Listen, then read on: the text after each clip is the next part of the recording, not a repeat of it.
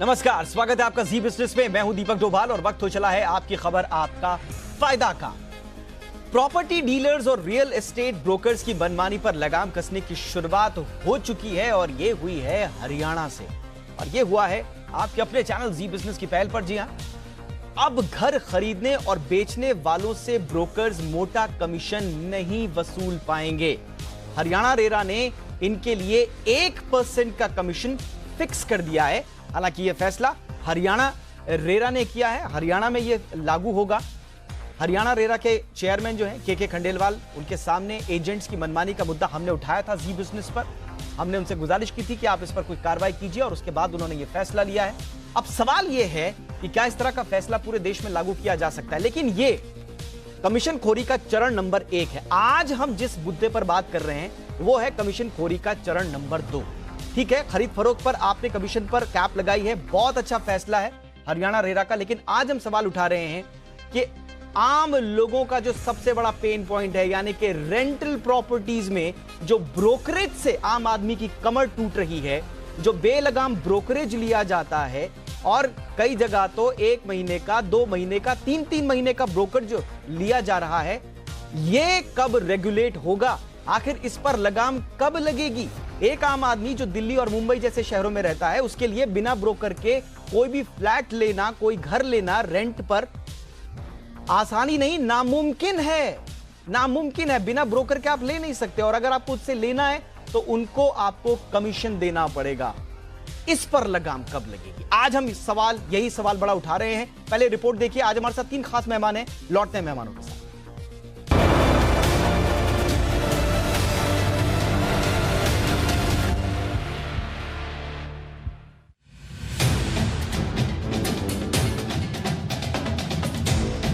Real estate brokers की मनमानी पर ब्रेक। प्रॉपर्टी डीलर्स नहीं वसूल पाएंगे मोटा कमीशन। 1% से ज्यादा कमीशन लेने पर होगी कार्रवाई। हरियाणा रेरा ने एजेंट्स पर कसी नकेल। हर खरीदने बेचने वालों को सबसे बड़ी राहत। क्या किराए के घर पर दलाली से भी मिलेगी मुक्ति? हरियाणा रेरा का ये फैसला ऐतिहासिक है। पूरे राज्य में अब ब्रोकर्स किसी भी प्रॉपर्टी की खरीद फरोख्त के दौरान घर खरीदने या बेचने वाले से कुल 1% से अधिक कमीशन नहीं ले सकेंगे। ज्यादा कमीशन लेने पर उनके खिलाफ कड़ी कानूनी कार्रवाई की जाएगी। जी बिजनेस ने हरियाणा रेरा के चेयरमैन के खंडेलवाल से प्रॉपर्टी डीलर्स और रियल एस्टेट एजेंट्स के मनमाने कमीशन खोरी का मुद्दा उठाया था, जिसके बाद उन्होंने ये फैसला लिया। इस फैसले के बाद डीलर्स और एजेंट्स 1% से ज्यादा की कमीशन नहीं ले पाएंगे।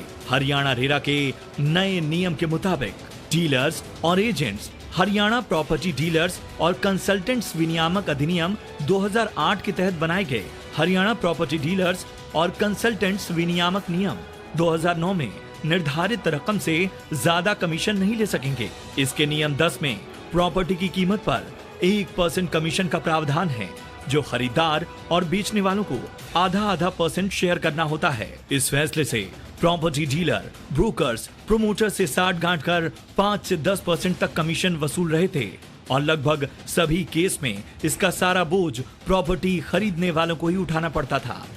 गाइडलाइन आने के बाद सभी रजिस्टर्ड रियल एस्टेट एजेंट्स को इन नियमों का पालन करना होगा। शिकायत मिलने पर लाइसेंस भी रद्द हो सकता है। हरियाणा रेरा ने बताया कि उन्होंने कुछ शिकायतों के बाद 2 दर्जन से अधिक ब्रोकर्स के खातों की फोरेंसिक ऑडिट शुरू कराई है। साथ ही वो ब्रोकर्स को बढ़ावा देने वाले प्रमोटर्स के खिलाफ भी कार्रवाई करेंगे। ऐसे नियमों की जरूरत देश के हर राज्य में है, क्योंकि देश का रियल एस्टेट सेक्टर पारंपरिक रूप से असंगठित और अनियमित है। प्रॉपर्टी बेचने खरीदने पर मोटी कमीशन खोरी की समस्या हर जगह है। रियल एस्टेट रेगुलेशन और डेवलपमेंट एक्ट 2016 में भी एजेंट्स के लिए कई नियम बनाए गए हैं, लेकिन फिक्स कमीशन को लेकर इसमें कोई जिक्र नहीं है। एजेंट्स और ब्रोकर्स की मनमानी किराए पर घर लेने वालों को भी झेलनी पड़ती है। किराए पर घर लेने में 1 महीने का किराया कमीशन के तौर पर देना होता है। वहीं मुंबई में तो एजेंट्स हर साल 1 महीने का रेंट किराएदार से लेते हैं। इस तरह के लेन देन कैश में होते हैं और इनका लिखित प्रमाण नहीं होता। हरियाणा रेरा की ये पहल वाकई शानदार है, लेकिन क्या इसे बाकी राज्य भी लागू करेंगे? और उससे भी बड़ा सवाल ये कि ब्रोकरेज के बोझ से सबसे बुरी तरह टूटती आम आदमी की कमर को बचाने के लिए क्या रेंट ब्रोकरेज पर लगाम लगेगी? बड़े शहरों में बिना ब्रोकर्स के रेंट पर घर मिलना नामुमकिन है और ब्रोकर्स मनमानी वसूली से आम आदमी की कमाई चूस लेते हैं। बड़ी बात ये कि ब्रोकर्स न रजिस्टर्ड होते हैं और न कानूनन जवाबदार। आखिर क्यों सरकारें और संस्थाएं आज तक रेंट ब्रोकरेज रेगुलेशन पर कोई ठोस नीति नहीं बना पाए? ब्यूरो रिपोर्ट, जी मीडिया। तो आज जी बिजनेस पर आम आदमी के काम की खबर। जी हां, एक आम आदमी जब शहरों में जाता है नौकरी करने के लिए, सबसे पहले किराया का मकान ढूंढता है और उस किराए का मकान ढूंढने के लिए सबसे पहले उसे अपनी जेब करनी पड़ती है खाली, और वो है ब्रोकरेज की। हरियाणा रेरा का एक कदम, सराहनीय कदम, वहां से एक उम्मीद की किरण जरूर जगी है। प्रॉपर्टी के लेन देन पर ब्रोकरेज फिक्स किया है हरियाणा सरकार, हरियाणा रेरा ने।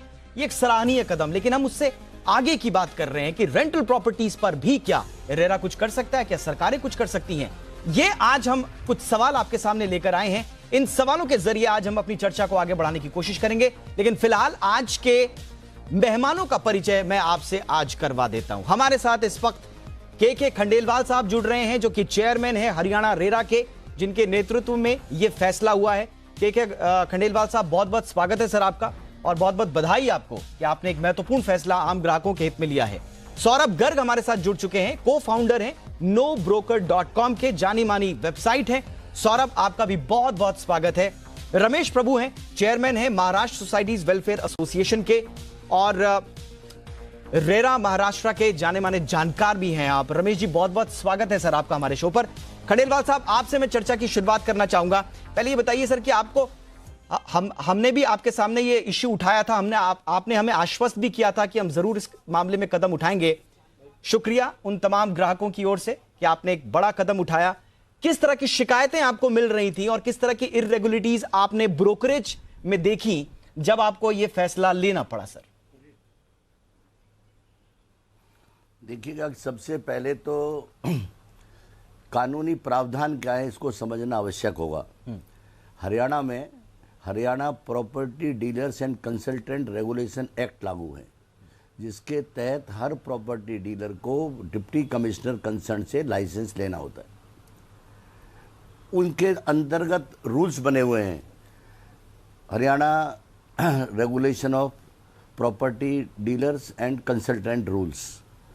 इन रूल्स में जो रूल नंबर 10 है, उसके अंदर ये प्रावधान है कि क्रेता हो या विक्रेता हो, आधा आधा % ही उनसे कमीशन चार्ज किया जा सकता है।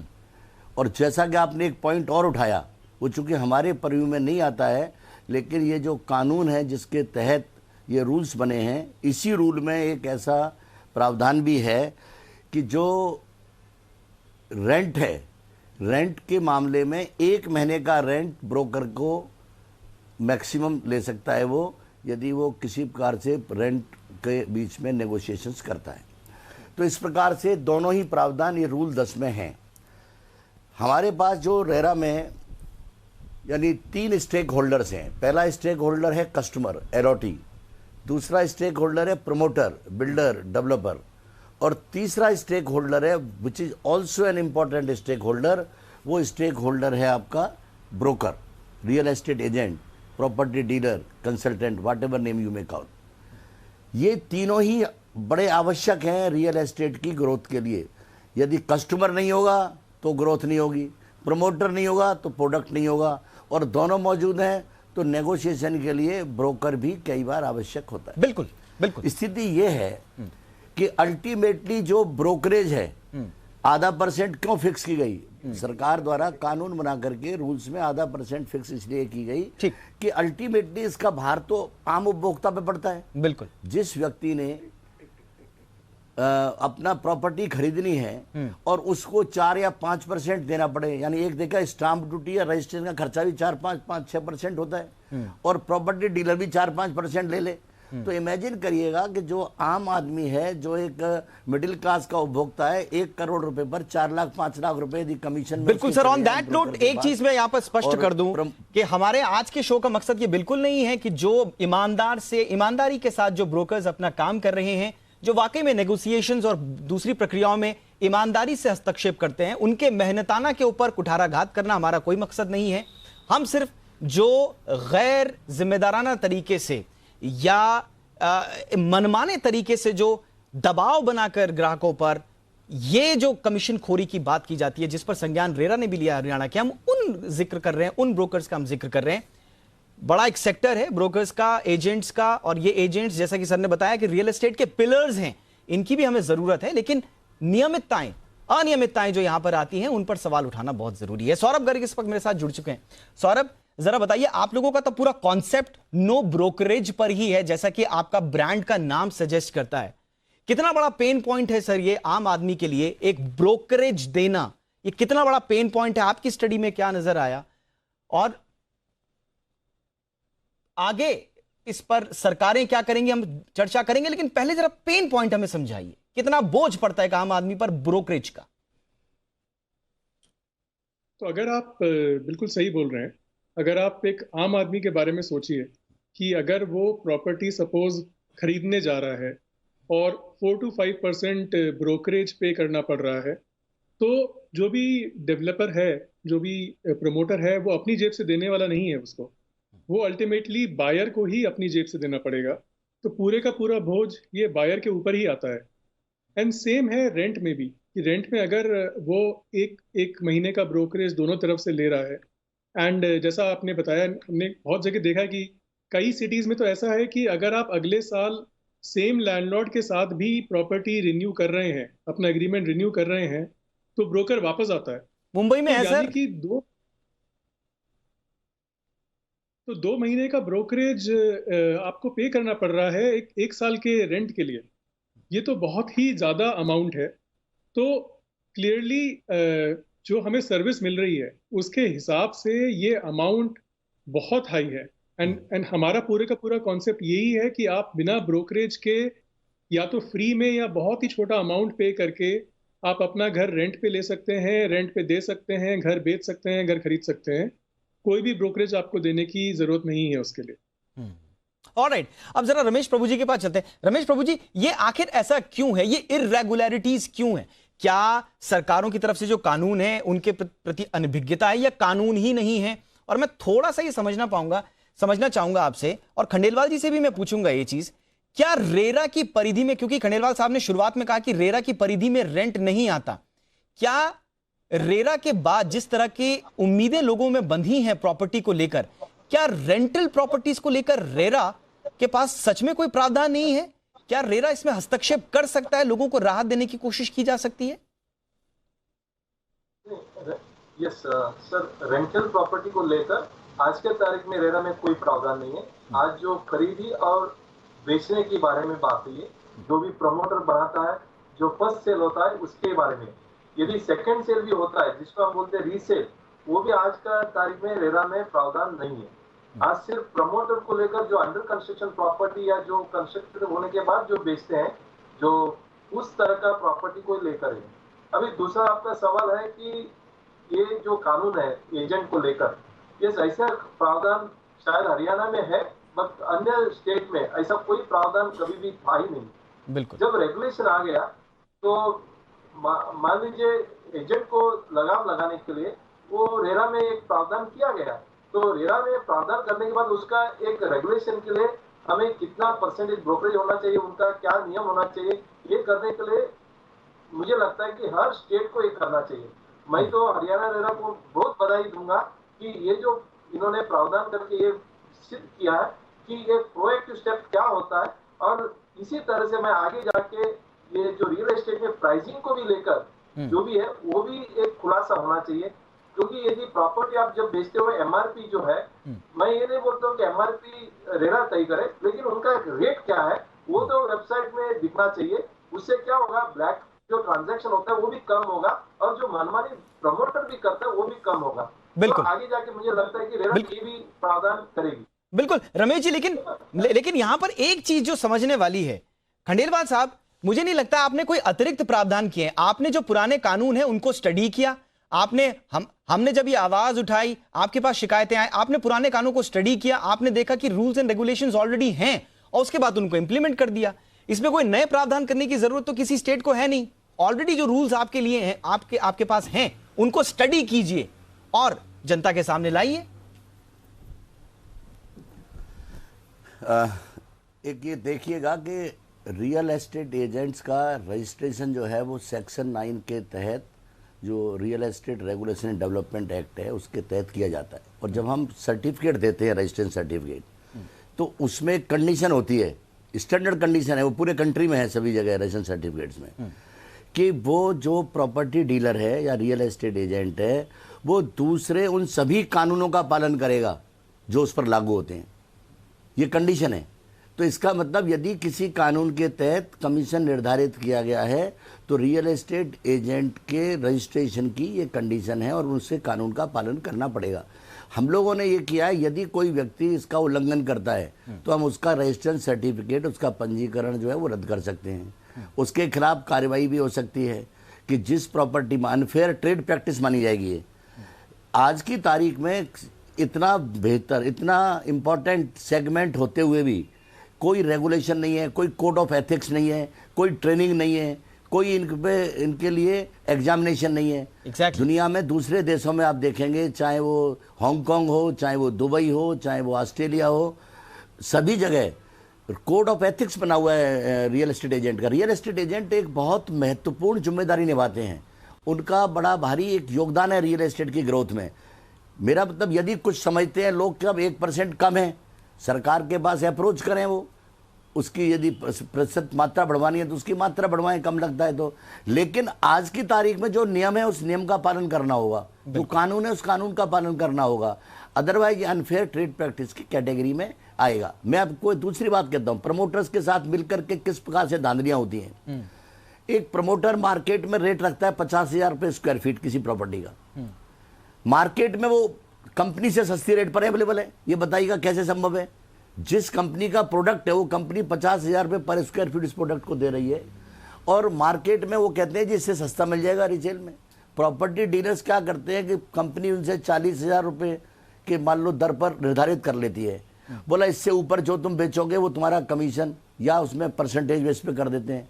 अब इसमें क्या होता है, वो कहते हैं जी आप सबको बताओगे 50,000 रुपये स्क्वायर फीट, हम कहेंगे जी हम आपको जाके डिस्काउंट दिला रहे हैं 5,000 रुपये का, 10% का, 45,000 आ गए। 45,000 में भी 5,000 रुपये का उसका ब्रोकरेज हो जाता है। इस प्रकार से इस माल प्रैक्टिस में कई बिल्डर भी इन्वॉल्व हैं। ये आपने बड़ा, तो हमारा पर्पज ये है कि इसमें पारदर्शिता है, बिल्कुल पारदर्शिता है, इसके अंदर जो आम आदमी है, आम आदमी को राहत मिले और जो आपकी बुक्स हैं उस बुक्स में इसका प्रॉपर इंदराज हो। एजेंट ब्रोकरेज पर बड़ा ब्रेक लगाए हरियाणा रेरा ने फैसला लिया है कि प्रॉपर्टी खरीद फरोख्त में जो ब्रोकरेज है वो खरीदने का और यानी कि ग्राहक और जो बेचने वाला, उन दोनों के बीच में मिलाकर 1% से ज्यादा नहीं होगा, उसकी कैप है और हवाला दिया गया है ऑलरेडी मौजूद जो कानून है उसका। सवाल यह है कि जब ऑलरेडी देश में मौजूद कानून है तो फिर बाकी राज्यों में इसके इंप्लीमेंटेशन में दिक्कत क्या है? और दूसरा बड़ा सवाल कि प्रॉपर्टी लेन देन के बाद क्या रेंटल ब्रोकरेज पर भी कोई लगाम कसेगी? क्या उस पर भी सरकार या जो संस्थाएं जुड़ी हुई हैं रियल एस्टेट से वो कभी संज्ञान उनका लेंगी? सौरभ गर्ग मेरे साथ इस वक्त जुड़ चुके हैं। सौरभ, मैं आपके पास आना चाहूंगा। सौरभ, हम देखते हैं कि बहुत सारी वेबसाइट्स पर जो हैं वो धड़ल्ले से जो है प्रॉपर्टी डीलर्स के नाम होते हैं, बाकायदा वो लिखते हैं कि हम इतना इतना कमीशन आपसे लेंगे। एंड इनफैक्ट जब आप जाइए, प्रॉब्लम यहां पर यह आती है कि जब आप जाइए आप बिना ब्रोकरेज के प्रॉपर्टी ले नहीं सकते रेंट पर। अगर आप डायरेक्ट मकान मालिक के पास जाएंगे तो मकान मालिक को इतना डरा दिया जाता है ब्रोकरेज के द्वारा कि आपके पास कौन आ रहा है इसकी जिम्मेदारी आपकी होगी, उसका बैकग्राउंड क्या होगा ये आप चेक कीजिए। और मकान मालिक इतना डर जाता है बड़े शहरों में, दिल्ली मुंबई जैसे शहरों में, कि मकान मालिक बिना ब्रोकर के तो डायरेक्ट ले ही नहीं सकता है, किसी को रेंट दे ही नहीं सकता है। और उसके बाद जो दूसरा पेन पॉइंट जो सुरेश प्रभु जी बता रहे हैं और जो आपने भी बताया कि मुंबई जैसे शहरों में साल के अंत में ब्रोकर आपके दरवाजे पर खड़ा हो जाकर बोलेगा कि 1 महीने का ब्रोकर फिर से दीजिए। ये जो प्रॉब्लम है ये कहां एड्रेस होगी सर? आम आदमी कहां जाए इसके लिए? क्योंकि कानून तो दिख नहीं रहे हैं ऐसे कि कोई ठोस है जो उनको रेगुलेट किया जाए।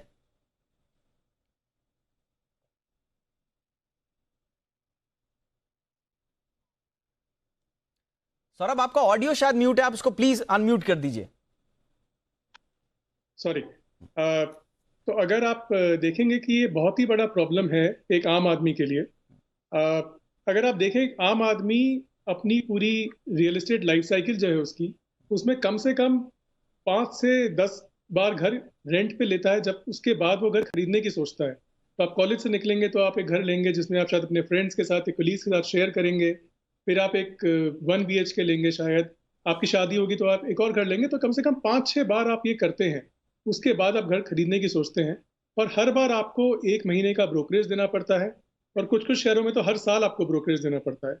सो ये बहुत ही मुश्किल है। और हमारा पूरे का पूरा इसमें यही था कि जो ब्रोकर हैं, जैसा कि खंडेलवाल साहब ने भी बताया कि अगर आप बाहर कहीं पे भी जाएंगे तो ब्रोकर बहुत ही इंपॉर्टेंट रोल प्ले करते हैं। वो आपका नेगोशिएशन करेंगे, वैल्यूएशन करेंगे, पूरा मेंटेनेंस प्रॉपर्टी का करके देते हैं। बट यहाँ पे तो सिर्फ एक फोन नंबर एक्सचेंज करने के लिए वो इतना हाई कमीशन लेते हैं। तो इसीलिए हमने नो ब्रोकर स्टार्ट किया आज से 6 साल पहले।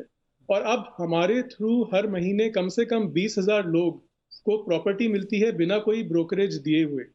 और हमें यही लगता है कि आम आदमी के लिए रेंटल ब्रोकरेज बहुत ही बड़ी चीज़ है, जो कि उसे हर साल, हर 1.5 साल में, 2 साल में पे करना पड़ता है। और इसको सॉल्व करना, इससे राहत दिलाना बहुत ही इंपॉर्टेंट है। तभी आम आदमी रियल एस्टेट में थोड़ा विश्वास ज़्यादा कर पाएगा।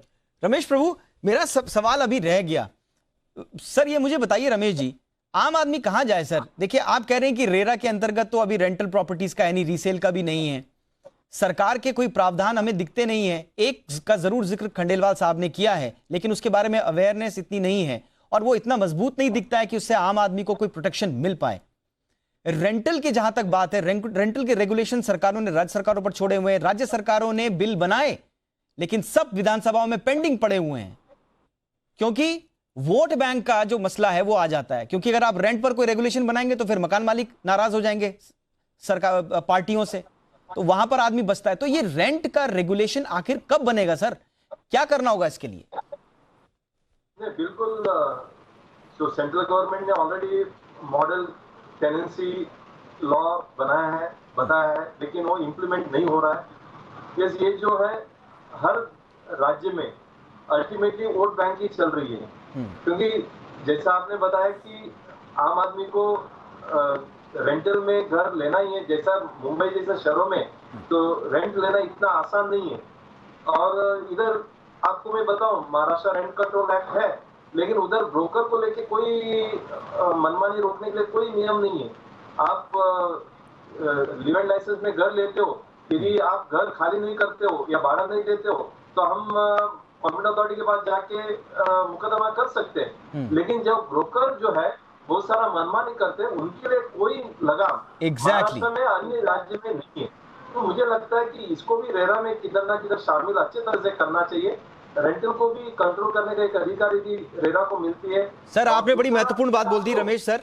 आज आपने हमारे शो का जिस निकाल दिया। हम कहते हैं कि आज इस शो के माध्यम से हम सरकार से, रेरा से, अथॉरिटी से ये दरख्वास्त करते हैं कि रेंट को भी रेरा के अंतर्गत शामिल किया जाए। ये कोई बहुत बड़ा रॉकेट साइंस इसमें नहीं होना चाहिए।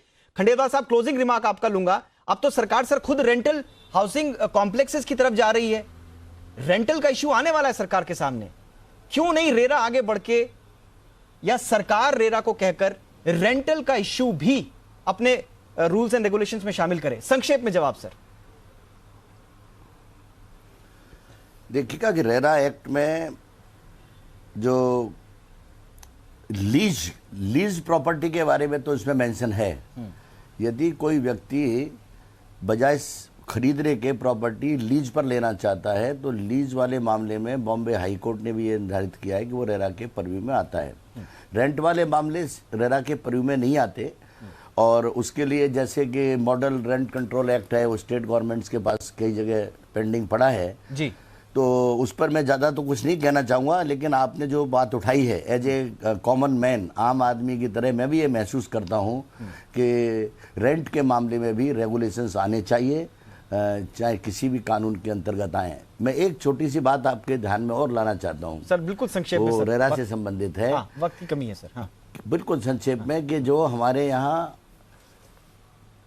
जो एजेंट हैं वो एजेंट क्या करता है कि जब उसके पास कोई बायर आता है तो पूरी सूचना नहीं देता उसे।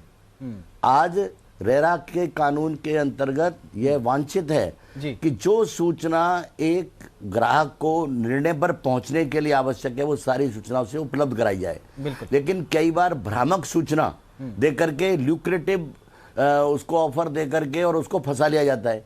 ऐसे बहुत सारे मामले हमारे पास आए हुए हैं जिन मामलों में पहले कह दिया कि मैं बस आपको है ना कि इस रेट पर है बेच रहे हैं, वो इससे कम पे दिला देता हूँ, दिला देगा वो।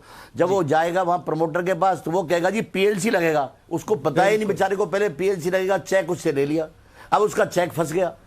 तो इस तरीके के बहुत सारे मामले। सर आपने जो है ना आम आदमी की दुखती रग पे जो है ना खंडेलवाल साहब, आपने दुखती रग पे हाथ रख दिया आज, और मुझे बहुत खुशी है सर, मुझे बहुत खुशी है कि आप रेरा में आप जैसे, बिल्कुल सर, आप जैसे अथॉरिटीज बैठी हुई हैं और इनको बातों में संज्ञान ले रही हैं। सर इस पर हम जरूर आपसे और भी राय लेंगे। मेरे पास, मैं बहुत माफी चाह रहा हूं आप तीनों से, आपसे ही नहीं, मेरे पास वक्त की कमी है, मेरे को शो को यही खत्म करना होगा। लेकिन आपने जो इशू उठाया है सर, इस पर जरूर बहस होनी चाहिए।